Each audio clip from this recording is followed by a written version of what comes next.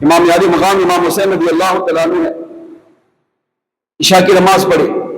نماز عشاء کے بعد آپ نے اپنے صحابہ کو جو امام علی مقام کے ساتھ تھے ان کو جمع کیا. جمع کر کے میرے امام نے خطبہ دیا. کیا خطبہ تھا؟ سب سے پہلے آپ نے فرمایا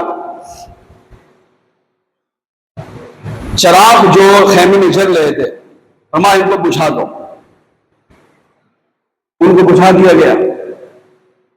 میرے امام نے فرمایا میں ابھی آنکھیں بند کرتا ہوں اور تم میں سے ہر ایک کو اجازت دیتا ہوں جو جانا چاہے چلا جائے. ابھی رات کا وقت ہے, سامنے 22,000 کا لشکر یا ایک روایت کے مطابق 40,000 کا لشکر ہے, یعنی موت سامنے ہے, شہادت ہماری منتظر ہے. اگر زندگی پیاری ہے, جان ہر کسی کو پیاری ہوتی ہے, میں دل سے تمہیں اجازت دے رہا ہوں کہ تم میں سے جو جانا چاہے خیموں سے نکلے اور پچھلے راستے کی طرف سے مدینے روانہ ہو جائے. یہ بھی یاد رکھیں میں اس سے ناراض نہیں ہوں گا. یہاں تک آئے, میرے ساتھ مشقتیں اٹھائی, پریشانیاں اٹھائی, میرے ساتھ تکلیفیں اٹھائیں, یکم محرم سے لے کر 7 محرم تک پانی سے وضو کر کے میرے ساتھ نمازیں پڑھی. پھر 3 دن پانی بند ہو گیا تو 8, 9, 10 محرم کو میرے ساتھ تیمم کر کے نمازیں پڑھی ہیں. اب صبح شہادت سامنے پکی ہے, تمہارے پاس زندگی ہے, یہ راستہ مدینے جا رہا ہے, تم نے جو جانا چاہے چلا جائے. اب وہ شرمندہ نہ ہو. میرے امام نے اپنی آنکھوں کو بند کر دیا. کچھ دیر گزرنے کے بعد امام علی مقام نے آنکھیں کھولی تو دیکھا چراغ جلوائے, دیکھا وہ تمام کے تمام صحابہ وہیں پر موجود ہیں. یہ آسان نہیں ہے. زندگی ہمیں بھی پیاری ہے, موت سے ہمیں بھی ڈر لگتا ہے. پتا ہو یہاں جانے میں موت آئے گی, کبھی بھی نہیں جائیں گے. اور سچی محبت کے لوگ یہ تھے, سچا اہل بیت سے پیار ان لوگوں نے کیا. میرے امام نے جب آنکھیں کھولی دیکھا سارے صحابہ موجود ہیں تو آپ نے فرمایا تم میں سے کوئی بھی نہیں گیا. حالانکہ میں ناراض بھی نہیں ہوں, زندگی ہر کسی کو پیاری ہے. خیمے سے نکلے مدینے روانہ ہو جائے. چلتے چلتے چلتے صبح ہونے تک بہت دور نکل جائے گا, یزیدی لشکر نہیں پہنچ پائے گا, کیونکہ یہ یزیدی لانتی یہ میرے خون کے پیاسے ہیں. اگر پہلے میں شہید ہو جاؤں تم میں سے کسی کو شہید ہونے کی حاجت نہیں ہے. یہ میرے خون کے پیاسے ہیں, میری شہادت سامنے ہے, میں لڑوں گا ان سے. اگر تمہیں زندگی پیاری ہے تم یہاں سے واپس لوٹ جاؤ. اگر امام علی مقام امام حسین رضی اللہ تعالیٰ عنہ کا ایک ساتھی بھی میدان کربلا سے واپس نہیں آیا, ان میں سے 3 صحابہ کرام علیہ رضوان کے وہ الفاظ جو محبت اہل بیت میں, محبت امام علی مقام میں ڈوب کر انہوں نے کہے, وہ دل کے کانوں سے سنیے. ان الفاظ کو اگر سونے کے قلم چاندی کی سیاہی سے لکھا جائے قیامت تک اس کا حق ادا نہیں ہو سکتا. سیدنا زہیر رضی اللہ تعالیٰ عنہ کھڑے ہوئے, عرض کیا میرے امام اگر دنیا فانی نہ ہوتی, توجہ رکھیے گا, دنیا فانی ہے, ہمیشہ رہنے والی نہیں ہے, دنیا نے ختم ہونا ہے. اگر سیدنا زہیر رضی اللہ تعالیٰ عنہ کا محبت ایمانی, جوش ایمانی, جذبہ امام حسین سے محبت دیکھے کیسی تھی.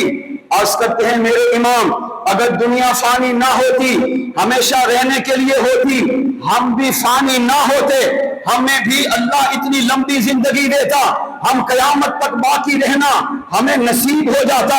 اور اس ہمیشہ کی دنیا میں, ہمیشہ کی زندگی میں اگر آپ کا ساتھ نہ ہوتا تب بھی میرے امام ہم ہمیشہ رہنے والی زندگی کو, ہمیشہ رہنے والی نعمتوں کو, ہمیشہ رہنے والی صحتوں کو, ہمیشہ رہنے والی اللہ کی عطا کردہ نعمتوں کو ٹھکرا دیتے.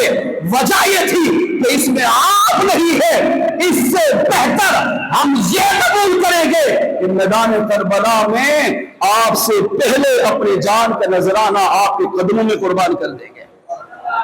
آپ نہ ہو, دنیا قیامت تک ہو, ہم بھی ہوں, دنیا کی نعمتیں بھی ہوں, لمبی زندگی بھی ہو, ہمیں ایسی نہیں چاہیے.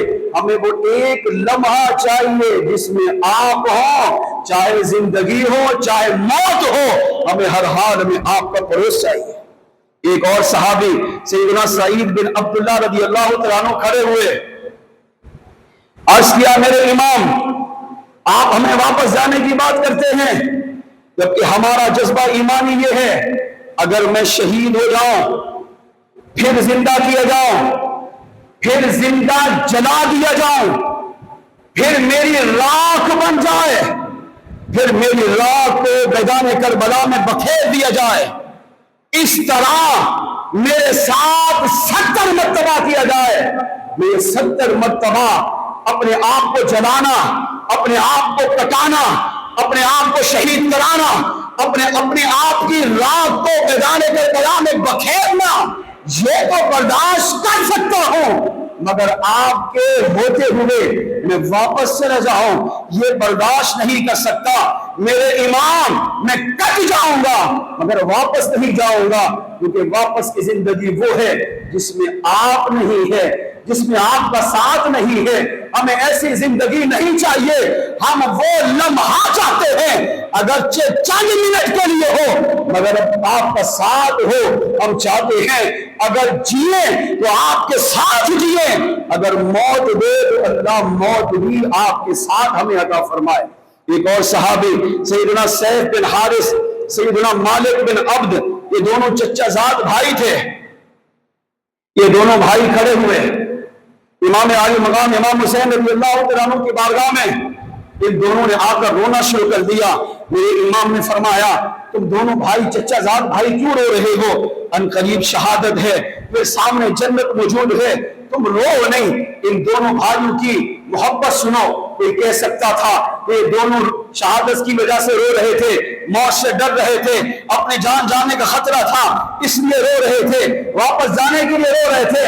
نانا، ان دونوں بھائیوں نے میرے امام کے سامنے جب حاضر ہوئے آپ نے فرمایا کیوں رو رہے ہو؟ دیکھو صبح شہادت بھی ہے، سامنے جنت ہماری منتظر ہے، میرے نانا ہمارا استقبال کرنے کے لیے تشریف لانے والے ہیں۔ ان دونوں نے کہا میرے امام ہم اپنے لیے نہیں رو رہے ہیں، اللہ کی قسم ہم اس لیے رو رہے ہیں کہ اللہ پاک نے ہمیں ایک جان دی ہے، ہم ایک جان بھی صبح آپ کے قدموں میں قربان کر دیں گے، مگر ہمارا عقیدہ یہ ہے اگر اللہ ہم دونوں بھائیوں کو 1000 جانیں عطا کرتا ہم ساری جانیں آپ کے قدموں میں قربان کر دیتے، مگر زندگی کا ایک لمحہ جو آپ کے بغیر گزرے، جو آپ کے نہ ہوتے ہوئے گزرے، ہم اس کو برداشت نہیں کر سکتے۔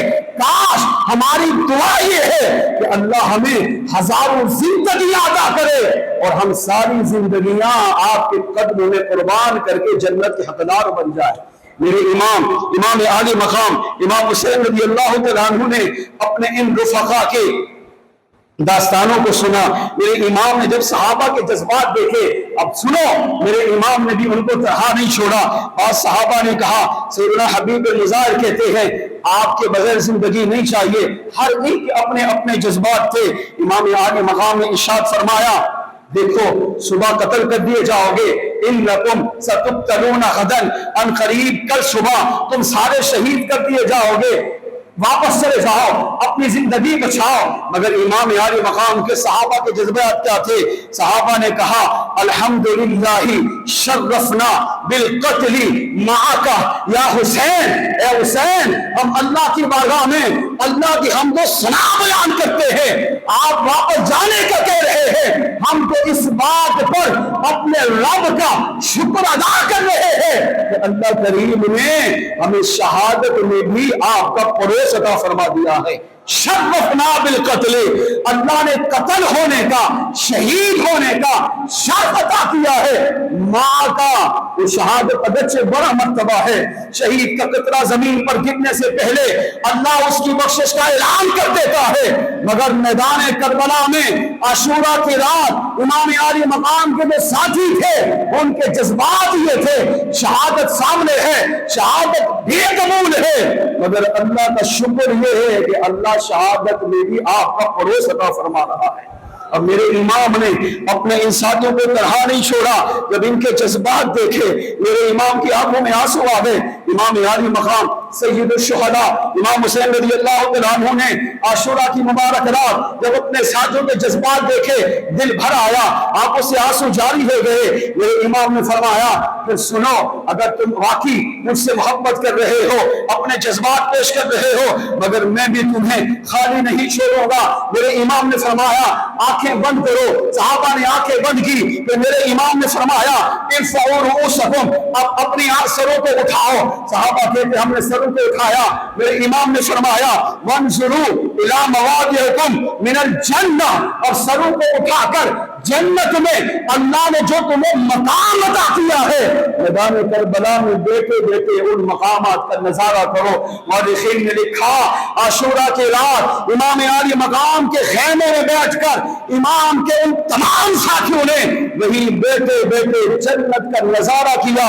جنت میں اللہ نے امام عالی مقام کے ساتھیوں کے لیے جو انعامات تیار کیے ہیں، اللہ نے جن کو مقام و مرتبے عطا کیے ہیں، کریم رب نے ان کی آنکھوں کے سامنے سے پردے ہٹا دیے اور میدان کربلا میں بیٹھے بیٹھے جنت کا نظارہ اللہ نے ان سب کو عطا فرما دیا۔ میرے اسلامی بھائیوں،